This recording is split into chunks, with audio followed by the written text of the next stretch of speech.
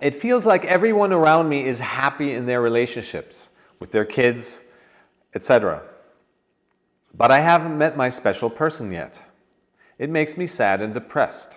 I feel like I'm a failure and that there's something wrong with me. How do I deal with my loneliness?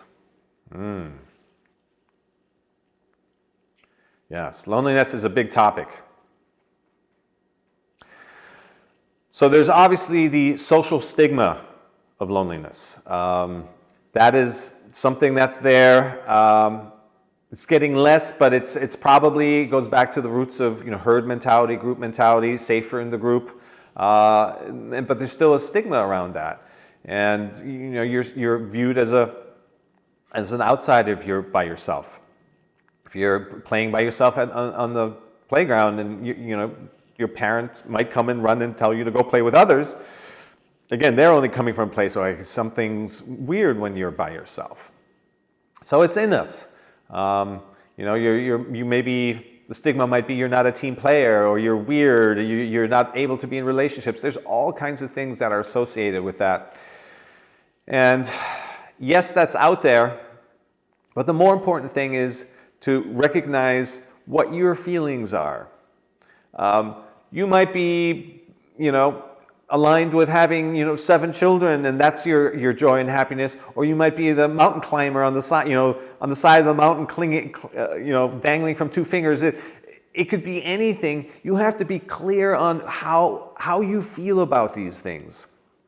And this brings up the big topic of feeling your feelings fully. And most of the time, we don't feel them fully. As soon as a feeling emerges, we judge it. We either resist it when we don't like it, and we cling to it when we do like it. And as we just talked about, this is where the trouble starts. This is where we interfere with the feeling coming and going, because that's what feelings and thoughts do. They come and go. But we interrupt that coming and going when we react to them by judging them as right or wrong, as good or bad, as I like or I dislike. And this reaction is energy that you're adding to the feeling. The feeling by itself, there are uncomfortable feelings, absolutely. And there are pleasant feelings, absolutely. It's not about that. You should absolutely feel your feelings. It's the stuff we add to them by reacting to them. That's what creates the issues. That creates the complications and the difficulties that we experience in all situations in life. So, one of the best ways, intellectually understanding this is one thing, but how do we practice feeling our feelings? One of the best ways is to look where that feeling resides inside of you. Somewhere in your body it emanates from, because that's where feelings live. And rather than reacting to it, oh, I don't want to feel that. Or yeah, I want to feel that. That cuts the feeling off, and then that energy gets stuck, and good or bad, that energy gets stuck, and it creates problems with new feelings arising. You're holding on to good stuff from the past that you're then comparing to the present too, and you look through that lens, and just all that emotional messiness starts to happen when we react to our feelings. So the key is to learn to not react to them, to be aware of them. And one of the best ways is to look where they come from. Actually feel your body, sense where that comes from. Normally you know where that is right away. Most of the time when I talk to people and I ask, where do you feel that emanating from? They know right away. Even if you don't know right away, maybe, sometimes there's feelings that are difficult to tell, but at least you're looking for it, you're searching for it. You're not in reaction to it. You're not pushing it away if it's uncomfortable, and you're not clinging to it when it's comfortable. You're actually looking for where that emanates from, and just spend 30 seconds, 10 seconds even, looking for that. And it's already a break from your usual pattern of just reacting. And once you find that feeling, stay there if you can. If it's too much, okay, back off again. Find a distance to it that's that's manageable, where it's not too difficult.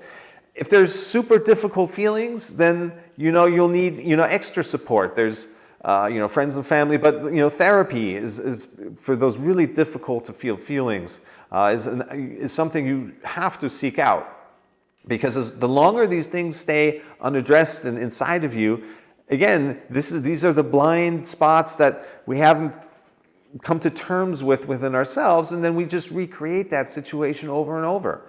And you're going to have to confront it sooner or later. As uncomfortable as it is, it's going to get worse. But that shouldn't even drive you. It's staying present, being true to you, is going to force you to look at your feelings. Right? So to be you is to feel yourself as yourself.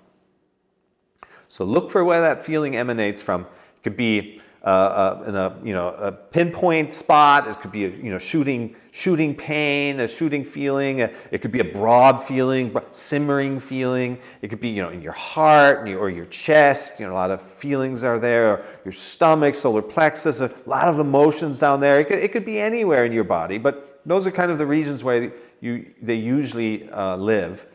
And go there. Give that spot your attention, and stay with it. And when you're able to stay with that feeling, something magical happens. Magical only because you're so used to, pushing things away and clinging to them that you're not even aware that that's just creating problems all the time. But what the magical thing is that happens is that they dissolve. They leave you again. You rise, you realize that you're not beholden to your feelings. You rise above them. The feelings do come and go. Some feelings take longer, some not so long. But stay with it. Feel it end to end.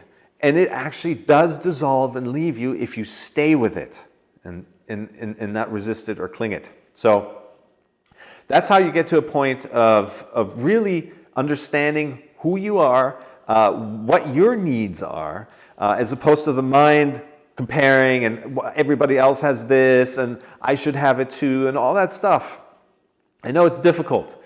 These are some of the most ingrained, the difficult challenges that we have is like everything that we've been imprinted with by our environment from an early age on.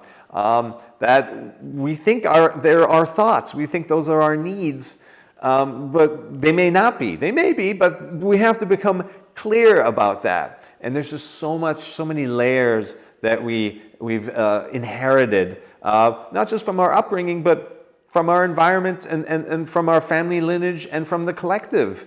And you can throw past lives in there. I mean, there's energy that you're made of billion-year-old matter that all has some energy to it. So it doesn't matter where it comes from. Those are your feelings. That's what you have to deal with. There's no sense in belaboring, why me? Why do I have to deal with this? Why am I, fraught with this and that? There's no value in doing that. And then again, it's just the head, self-criticism, self-judgment. No need to go there. Find those feelings, stay with them, feel them fully, and who you are will reveal itself.